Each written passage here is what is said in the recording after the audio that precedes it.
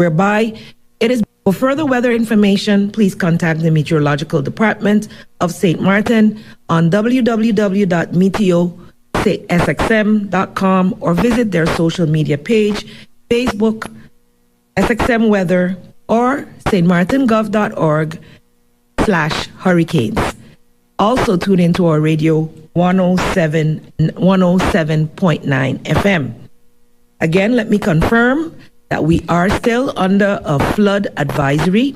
Persons are asked to remain indoors until further notice. The airport is having their update meeting at 9:30 a.m. to assess whether they will be able to reopen at 11, as had been previously broadcasted. We will stay tuned for that update as well. And as for now, there will be no curfew. However, all are asked to remain indoors until further notice. Our next update will be at 12 p.m., whereby we will then give the decision as to the reopening of just essential businesses at 2 p.m. This has been your Prime Minister, Silveria Jacobs. Continue to be safe, stay warm. Until next time. Prime Minister of St. Martin, the Honorable Silveria Jacobs. I'm Cedric Peterson, and this has been your Gov Insider.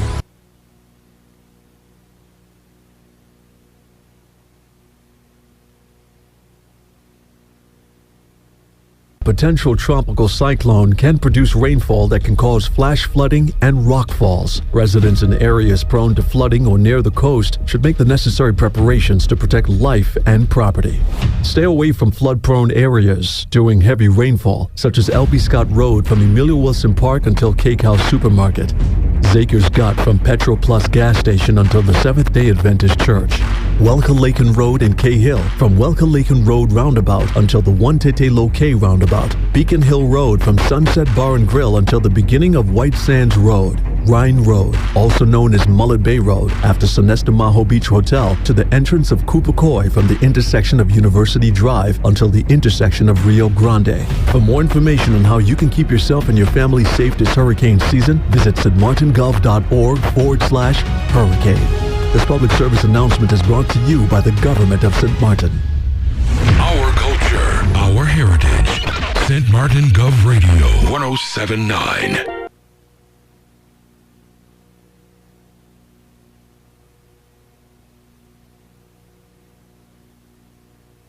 We are tracking Tropical Storm Fiona, and our WPTV First Alert meteorologist James Wheeland is joining us now with the brand new forecast track for tonight, James.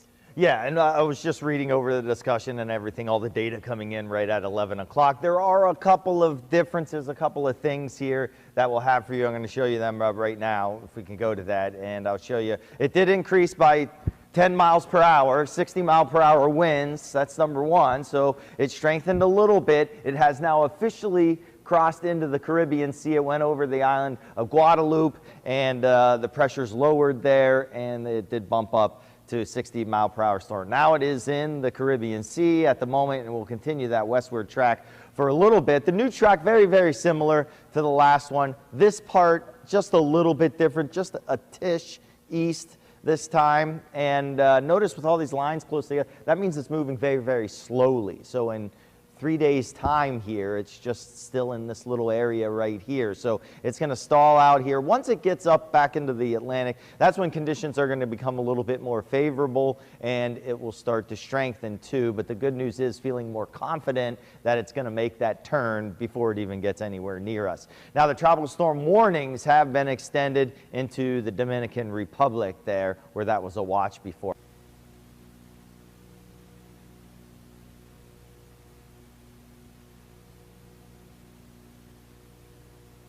But the good news here is that it's actually this system that's working its way across the peninsula that's going to be responsible for taking Fiona and bumping it well off the coast of Florida and out to sea. So instead of dealing with Fiona, we're going to be dealing with this instead.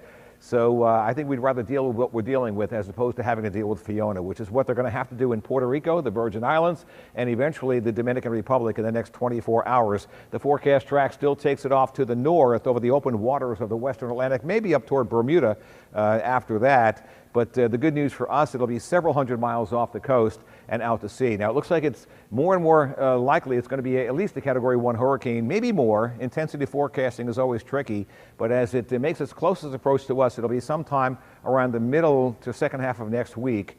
And even then, it's going to be pretty far out to sea. So what does that mean for us on that track? Being on the relatively weaker side of the hurricane, we're actually going to be seeing maybe some swells, but also some drier air. The first system we're dealing with is going to continue to keep the moisture here. That's what the orange is on the map, right through tomorrow and Monday, and possibly into Tuesday as well. We get on the back side of that. But as we head toward Wednesday, Thursday, and Friday, notice the blues. That's the drier air. That's the back side of what should be Hurricane Fiona at that time. And that drier air is surging down into central and south Florida as we head toward the second half of the week. So it looks like we're going to be seeing some remarkably drier air as opposed to hurricane-type conditions. So it's all about location.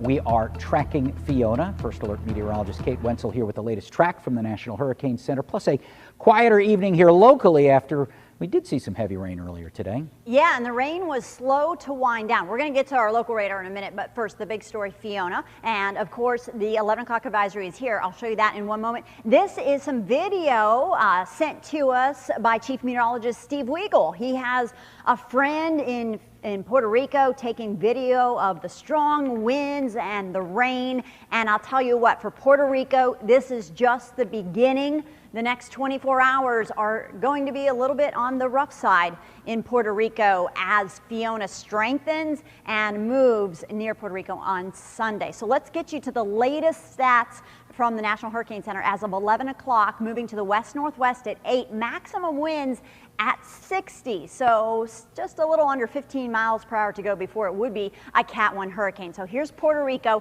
here's the storm. It's moving west-northwest at 8, which means it will be moving over Puerto Rico tomorrow during Sunday, and it could bring some very heavy rains that could result in some mudslides and or landslides. So folks in Puerto Rico, if you have any friends or family there, give them a call. Make sure they are on top of the situation because they will likely have a rough Sunday. Now, as we go into time, by Monday morning, it is near or along the eastern edge of the Dominican Republic. Then it emerges into the ocean where it's going to be near the Turks and Caicos Islands, but if it stays further to the east, it will stay away from the islands. That's Tuesday morning as a Cat 1, and then eventually the forecast track has it strengthening to a Cat 2. So the folks in Bermuda need to watch Fiona very closely. Here's the spaghetti models. They're getting in better agreement, but we still have to watch it as the tracks do change from time to time. Now, I do want to show you where the warnings are. Hurricane warnings in effect tonight for portions of the British and U.S. Virgin Islands as well as Puerto Rico. A hurricane warning for eastern portions of the Dominican Republic.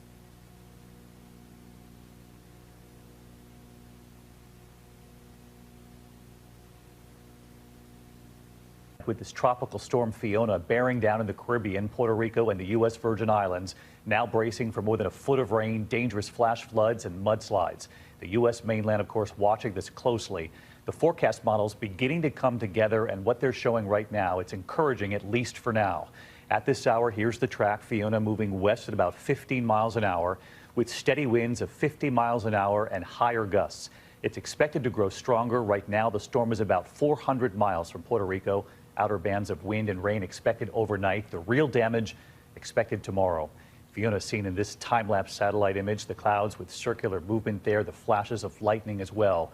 Puerto Rico's power grid never fully recovered from Hurricane Maria 5 years ago this week, and they are fearing what this could bring. Tonight, of course, many asking, will this affect the eastern U.S.? Rob Marciano standing by with the forecast models, and ABC's Victor Kendo leading us off right now from San Juan, Puerto Rico tonight. Tonight, Fiona making a run at the Caribbean, the U.S. mainland watching to see where it will go next. Hurricane hunters flying through Fiona, churning in the Atlantic Thursday. It's going to bring some heavy rainfall. It doesn't take a big hurricane to have big impacts in the islands. Puerto Rico bracing for up to 12 inches of rain. Winds threatening the U.S. territory's already fragile power grid. We have the 3,128 men and women that are all prepared, ready to tackle any outages that occur. In April, a fire at a power plant triggering an island-wide blackout, lasting nearly 5 days for some. Fiona approaching almost 5 years ago to the day that Maria devastated the island, which we saw firsthand. 100% of Puerto Rico now without power. Everywhere you look, down power lines like these, which stretch right across the expressway. It would be the worst blackout in U.S. history, nearly 3,000 people losing their lives in the wake of the storm. And David, the peak winds from the storm are expected late Saturday. Fiona could be near hurricane strength when it arrives here in Puerto Rico. Along with concerns about the power grid, there is real fear of mudslides with up to a foot of rain expected in some areas. David, it's going to be a long 24 hours here. All right, Victor Kendo leading us off from Puerto Rico. Victor, thank you.